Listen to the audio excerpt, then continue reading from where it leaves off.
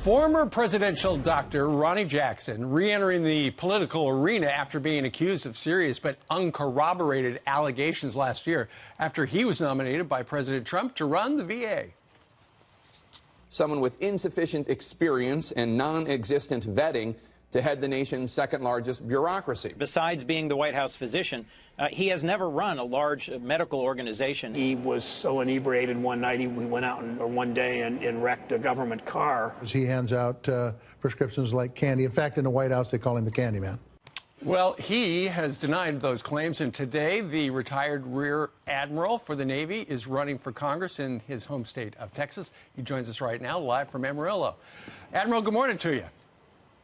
Morning, Steve. How you doing? I'm doing okay. So if you get elected to Congress in this election coming up in March of 2020, and you see one of those guys who tried to smear you when you were up for the VA job, what are you going to say to him?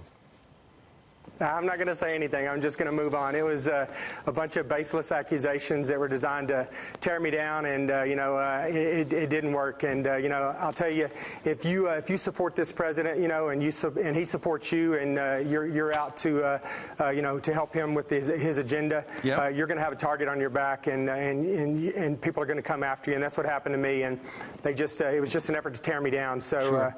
I'm not going to say anything to anybody. I understand. Well, we know the president supports you because he wanted you to run the VA. A lot of people don't know your story. You're from a small town in Texas, and ultimately you had a long and wonderful career in the Navy. But in the back of your mind, I understand, you always were thinking about maybe politics. Yeah, that's right. I grew up in this region of Texas here in a small town, and I'd kind of always been interested in politics. But, being in the Navy, for 24 years, you don't really have much of an option to involve yourself in politics. So it really wasn't an option for me until just recently. But when I decided to get out over the last year or so, I've been trying to figure out exactly what I was going to do next, whether I was going to go out into the private sector or continue my service in some other way. And when I saw that Congressman Mac Thornberry had announced that he wasn't going to run again, and this is the region of Texas that I was born and raised in, I thought it was just a really unique opportunity for me, and maybe, I think it's a unique opportunity for this district as well, for me to come back here and continue my service and run for Congress. So I'm super excited about it, and I think I'm a good fit here. I understand the people here, I identify with the people here, and I could have run in other places too. Leaving the Navy, I could have moved back to anywhere in Texas that I wanted. But this is the region of Texas that I consider my home, and these are the people that I understand, the people that I know, and these are the people that I think I can effectively represent. Sure.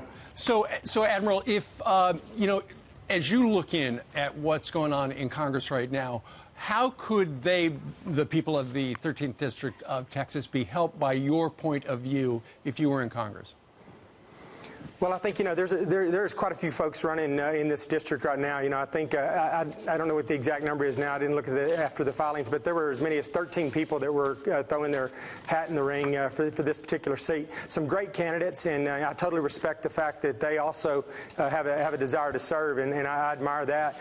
I think what I can do that separates myself from some of the other candidates in this race is, I've been in the White House for the last 14 years, over the last 3 administrations. Yep. I've been with President Trump since day one of his administration, and I've worked closely with him and his team.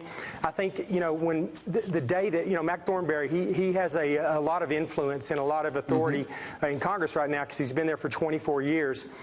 So when he needs to get something done, he chairs committees, he's a ranking member, things happen.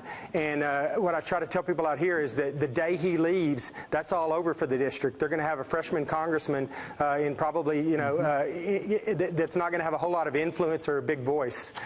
So I think that I'm the exception to that rule. I know folks in the White House, I know folks in the West Wing, I know the cabinet secretaries, the president, and I think that I can influence the process in a way that the other candidates won't be able to for a long time. So I think that I give the district immediate influence. All right. Well, you could see an endorsement from President Trump. Then again, you could see an endorsement from Barack Obama because you work for both of them. Admiral Ronny Jackson. And President Bush as well.